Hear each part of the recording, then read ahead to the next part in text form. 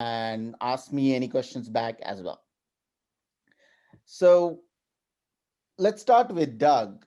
Doug, what are your checklists for suppliers, or what are the things that you look for, that you kind of look through before you place orders or start working with your suppliers? Well, for me, Manesh, I have my own people both in Vietnam and Malaysia and China. I've had my own team in China for almost 17 years, so they're super loyal. So, I give them most of the credit for doing all the due diligence at the factory level. They, have worked with me for years and know my criteria. So we actually go and visit a factory. I make sure that I'm either having a WeChat conversation with them or what's up. I get on Zooms with them. We get videos. We have hired QA companies like AQF or even SGS to go and spend a day at a factory to make sure that they have the production lines they say they're going to have, that they have the ability to fulfill our orders. There's also a couple of credit check companies, not like Dun and Bradstreet, but a little bit more on the local flavor, where you can find out about some of the smaller factories, find out whether they have any claims against them. So we use that a lot in China. I can't pronounce it, otherwise I'd give it to you. But my team uses that a lot in China. In Vietnam, it's a lot easier because it's so much more, so much smaller. And so you really kind of know all the players very, very quickly. You can get embedded very quickly. But you want to make sure that they are who they say they are, that they do really have a factory. A lot that goes on right now is they have a factory, but they've taken way too many orders to fill your line. So they can show you great equipment, but they have no capacity because they booked it all. And now they're just trying to raise more money, either to build more lines or things. So you can't just go by the fact that they have a factory and they have equipment. You have to kind of talk around that area, and people will talk. So my kids are really good at finding out from others that are at the factory. Hey, what are these guys like? Have they been shipping on time? Are they for real? And so we do all that due diligence. I also have to feel comfortable with the factory. I have to be able to speak with the owner or manager or a international sales manager. They need to be transparent. They need to be able to get me samples very quickly. So there's a list, but most of it is about connection and also relationship. It has to be real. And I've had factories that have really good production availability, but the owners or whoever I'm dealing with, I just don't feel comfortable with. And so I'll pass, because it doesn't matter whether they have availability if they don't communicate well, or if they're if they just don't work with you well, it doesn't feel good. It doesn't matter. You still might not get their product. So I just think you have to work really closely to be direct as possible, and to have a very translucent um, relationship. That's great, Doug. And Shafila, from your side, what do you do? I know you told me that you have family and you send in family, as well as you have resources in, especially in Malaysia, that you're using for your glove sourcing.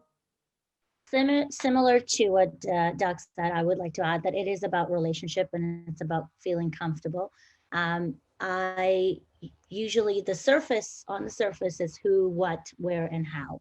I have to feel comfortable. I can count on my hand who I work with, the manufacturers, allocation holders, and factory, and how Doug already had touched based on it.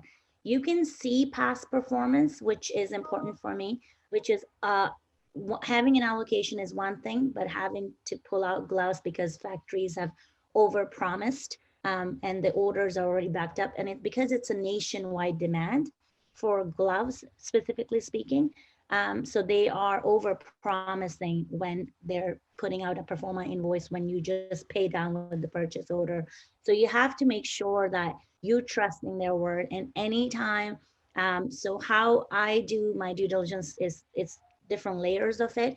And I do rely on my team, Kunalin, who is in UK, and also Danny, who's in Singapore, and Malaysia, Thailand. So I do rely on them a lot, and Vietnam. when they give me a go ahead on certain brands and manufacturing, once they have visited and it's the final step, that's when I'm able to put it out there to my buyers, because there's a deeper dive into what a supplier is saying and is how real it is, and then there is a surface level of just checking who, what, where, and what the company is registered under, what was their past experience like, and if I have, my comfort level is starting smaller orders with any manufacturer first. So not just dive into the million boxes, do a trial order. But verification, it has to be that somebody I trust in Asia, looking at whether business is registered and how many successfully they've been able to pull out the gloves. So past experience, and then finding out they are saying who they are. Are they a registered company? So asking questions is always helpful. And when they are all saying no, we are not going to share the information, and they're not as open, then I'm just usually saying same thing what Doug said. It has to be a comfort level.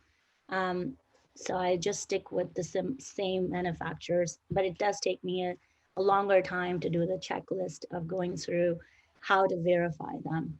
First on a surface, and then the deeper dive into checking the certificate, checking if these glove decks that they have, pretty decks now. Every week it's a new deck that comes up. Do these certificates actually belong to the particular brand they're representing? Are they the allocation holder? Are they the distributor? Are they the resellers? Or are they manufacturers? So there has been times, just like what Doc said, does the factories exist? There has been a time where I've been offered glove and I've sent somebody to go uh, find out if this factory exists, but actually it's empty space, not even equipment set up. It's just a board outside, um, but it doesn't actually exist. So there has been times that way, but it's a very relationship based industry. What I've learned so far. So I've had to do the verification from Asia side, because me being in Canada, I'm not there, and we can't travel either as freely as it was due to COVID. So thank you for that. I will share with you that so for BuyHive, we started BuyHive with the objective of providing trusted and transparent sourcing. But and we have been in the industry for 20 something years, and we know the industry, we have connections, etc. We've had experience our own tough experiences where we have a few million that we have lost because of actually missing out on 1 or 2 points in the checklist. And that's why the checklist is very important, and we are of course learning. And everybody, I know that Doug had some money stuck, and I know you had some delays and problems, and we all face that. I actually have I mean, at BuyHive we have had issues where we thought a supplier would deliver, and they wouldn't deliver, and we had to take personal loans to just return the money to the clients that we took the money from on time, just because we felt so bad for it. And even then, we pissed off the client, we lost the client and all that. So we know, and we don't none of the people in the industry would like to cheat anybody if they really want to do the business. But these things are happening, and I think later on in the discussion I would like to ask each one of you on your experiences on this topic, and we'll come to that. But yeah, I mean, the